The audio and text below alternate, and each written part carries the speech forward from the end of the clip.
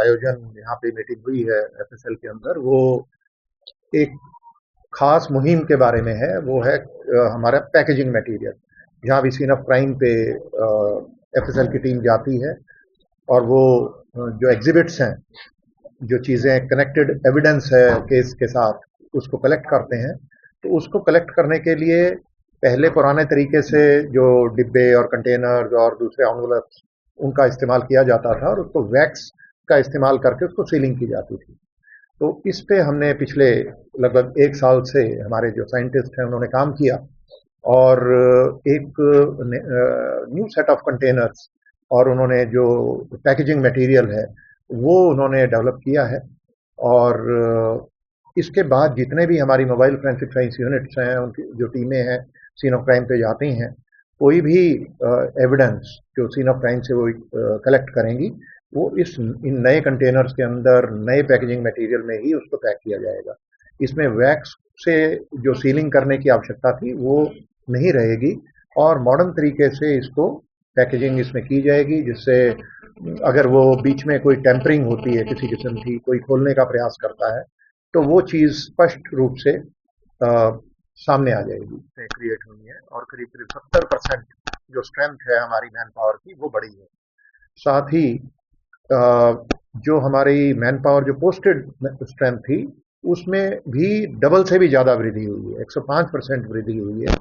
तो अगर हम संख्या की बात करें तो 167 का जो साइंटिफिक स्टाफ था वो बढ़ के अब 342 हो गया और स्वीकृत पद जो थे वो 351 थे, जो बढ़ के अब 599 हो गए हैं। इसमें मेजर चंक हमारा एक पूरी डिवीज़न, साइबर फोरेंसिक डिवीज़न है, जो उसमें 155 पद क्रिएट किए गए हैं। आप जानते हैं कि मोबाइल फ़ोन और बाकी डिजिटल डिवाइसेस आजकल हर केस में रेलिवेंट हो गई हैं। तो वो जो डिजिटल एविडेंस है उसको ठीक से उसको कलेक्ट करना, उसको ठीक से एनालाइज करना, उससे डेटा को रिट्रीव करना, ये इन्वेस्टिगेशन को कामयाब करने के लिए बहुत अहम है। तो इसमें ये जो हमारी साइबर फोरेंसिक डिवीज़न नई स्वीकृत हुई है, जिसमें भर्तियां भी शुरू हो गई हैं और 21 लोग भर्ती किए जा चुके हैं।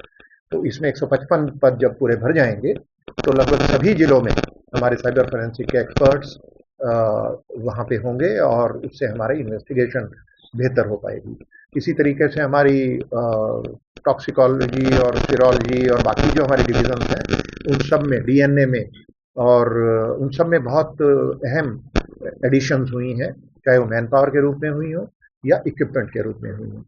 तो कुछ डिवीजन्स हैं जैसे डीएनए है, एनडीपीएस है, इनके अंदर कई गुना उसमें क्षमता में वृद्धि हुई है। तो अगर टोटल बात करें हम अपनी सभी एफएसएल के स्तर पर बात करें तो जो इक्विपमेंट के आधार पर क्षमता में करीब करीब 1.25 गुना वृद्धि हो चुकी है और जो डिवीजन्स हमारी डीएनए की है उसमें 3.5 गुना है और जो एनडीपीएस ड्रग्स का जो एनालिसिस और एग्जामिनेशन का जो हमारी कैपेबिलिटी है वो 7.5 गुना बढ़ी है। तो ये सारी चीज़ें जो हुई हैं उसका लक्ष्य यही है कि जो सैंपल्स इन्वेस्टिगेटिंग ऑफिसर कलेक्ट करते हैं किसी भी केस में और वो फोरेंसिक साइंस लैब में मधुबन में हमारी रीजनल लैब में वहाँ पर भेजते हैं, तो उसका नतीजा हमारा लक्ष्य है कि वो 1 या 2 हफ्ते के अंदर आईओ को मिलना चाहिए, चाहे वो विसरा हो, चाहे वो दूसरे हमारे ड्रग्स के सैंपल हों या बैलिस्टिक्स के सैंपल हों, किसी भी डिवीज़न से जुड़े हुए सैंपल हों, उसका नतीजा समय से इन्वेस्टिगेटिंग ऑफिसर को पहुंच जाए, जिससे वो अपना इन्वेस्टिगेशन को ठीक से पूरा कर सके और जो लोग एक्यूज हैं उनको क्राइम से क्रिमिनल को सही तरीके से, प्रभावी तरीके से कनेक्ट किया जा सके। बहुत सारी आप जानते हैं कि अभी कुछ डिवीजन्स में पेंडेंसी बहुत ज़्यादा है और कई कई महीने लगते हैं और कुछ ऐसे डिवीजन्स हैं जहाँ 2-2 साल की भी पेंडेंसी है। तो ये घट कर के हमारा टारगेट है इसको 2 हफ्ते के अंदर लेके आए। तो जो मैन पावर और जो हमारा इक्विपमेंट हमने जो नया प्रोक्योर किया है उसके आने के बाद और ये पैकेजिंग का नया सिस्टम जब हम लागू कर पाएंगे तो ये जो हमारी टारगेट है 2 हफ्ते में इसका करने का, एग्जामिनेशन कंप्लीट करके रिजल्ट आईओ तक पहुंचाने का, वो हासिल हो पाएगा और उससे हमारा जो कन्विक्शन रेट है उसमें भी बेहतरी होगी। आपने देखा होगा कि कल भी एक यमुनानगर में एक छोटी बच्ची का रेप और मर्डर का केस था जिसमें मिलता है। फांसी की सज़ा हुई, तो वो भी हमारी फॉरेंसिक एविडेंस के आधार पर डीएनए के पॉजिटिवली उस क्रिमिनल को क्राइम के साथ डीएनए के ज़रिए उसकी प्रेजेंस साबित की गई और उसके जो कनेक्शन है क्राइम के साथ उसको लिंकेज को साइंटिफिकली साबित किया। जैसे सर ये 8 महीने में नतीजा आया है, कल यमुनानगर वाला जो आप केस बता रहे हैं, अगर जो अब अपडेशन हो रही है इससे और कम टाइम लगेगा कनेक्शन? जैसा मैंने बताया कि हमारा लक्ष्य इसको 2 हफ्ते के अंदर करने का है 100% केसेस में। और इसमें जो हमारे ड्रग्स के केसेस हैं, इसमें जो बड़ी मात्रा के जो कमर्शियल क्वांटिटी के केसेस हैं, ये लक्ष्य वहाँ पहले अब तक हम हासिल कर चुके हैं। सीक्यू के केसेस जो कमर्शियल क्वांटिटी के केसेस हैं, उनमें सभी सैंपल 15 दिन में 20 दिन में हम उसको एग्जामिनेशन पूरी करके रिपोर्ट दे पा रहे हैं। ये इक्विपमेंट सर सभी डिस्ट्रिक्ट लेवल पे अवेलेबल रहेंगे? ये इक्विपमेंट अभी हमारी जो फोरेंसिक साइंस लैब और जो रीजनल फोरेंसिक साइंस लैब है हमारी 4, वहाँ के लिए अपग्रेडेशन की गई है और जिलों के लिए एक नई हमने एक इनिशिएटिव शुरू किया है जिसमें हम जिला स्तर पर एक फोरेंसिक साइंस लैब को सेटअप कर रहे हैं। करनाल में ये पहले से ही हो चुकी है, आपने देखा होगा अगर आप सिविल लाइन्स पुलिस स्टेशन में जाएंगे तो उसके फर्स्ट फ्लोर पे DFSL यानी डिस्ट्रिक्ट लेवल जो फोरेंसिक साइंस लैब है वो एक मिनी FSL वहाँ पे सेटअप की गई है। तो कुछ ऐसे सैंपल्स होंगे जो वहीं पे ही एग्जामिन करके उसको FSL या RFSL भेजने की आवश्यकता ही नहीं पड़ेगी, वहीं पे उसको एग्जामिनेशन पूरी करके उसका नतीजा IO को वहीं से दे दिया जाएगा। गीजर सर इलेक्ट्रॉनिक इक्विपमेंट जो भी रिकवर होते हैं उसके लिए भी बात हो रही है सर?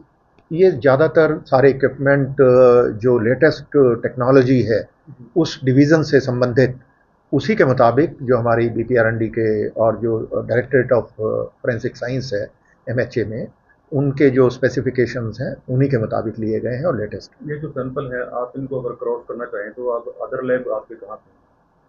हमारी 5 लैब तो हमारी अपनी हैं और जिला स्तर पर जो लैब्स हम बना रहे हैं हर ज़िले में वो लक्ष्य है कि एक लैब छोटी लैब वहाँ पर बन जाएगी।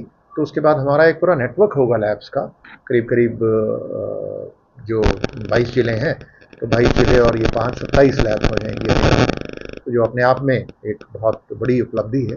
5 डिस्ट्रिक्ट कौन कौन सी? 5 लैब? 5 लैब्स हमारी FSL मधुबन है जो एक तरह से ये कहें कि मेन लैब है, स्टेट लेवल लैब है, और रीजनल लैब जो हमारी गुड़गांव में है, रोहतक में है और पंचकुला और हिसार। सर इसके साथ जो जासूस पकड़ा गया है ऐसे मामलों में इससे काफ़ी फर्क पड़ेगा? हर केस के फैक्ट्स अलग होते हैं और जो जिस केस की आप जिक्र आप कर रहे हैं वहाँ पर डिजिटल एविडेंस बहुत अहम है और उनको डिजिटल एविडेंस के ही ज़रिए हम उनको पकड़ने में कामयाब हुए। इसका टाइमलाइन भी सर डिजिटल एविडेंस है 15 डेज? डिजिटल का भी यही हमारा उद्देश्य है कि उसको हम 2 हफ्ते के अंदर लेकर के आएँ। अभी उसमें 2 साल से भी ज़्यादा का समय है और केवल एक ही रिपोर्टिंग ऑफिसर था, वो बढ़ा के हम 5 कर चुके हैं और जो 155 की जो नए पद स्वीकृत हुए हैं साइबर फोरेंसिक डिवीज़न के नाम से, वो जैसी भर्तियां पूरी हो जाएंगी तो ये हमारा जो एक लक्ष्य है 2 हफ्ते में लेकर के आने का, ये हासिल होगा। उसमें जांच कहाँ तक पहुंची, उसके साथ और भी लोग जुड़े हुए हैं? पानीपत का इशू देखिए पानीपत हो या कैथल हो और भी 2 एक जगह है इस तरीके के लोग मिले हैं और हर केस के जैसे मैंने बताया फैक्ट्स अलग होते हैं। तो जांच तो अभी जो मेन आदमी है वो पकड़ा गया है और इसको और आगे बढ़ाया जाएगा। जो नई कड़ियाँ उसमें जुड़ती जाएंगी और किसी का भी रोल अगर आता है तो उसके बारे में उस पर कार्रवाई की जाएगी।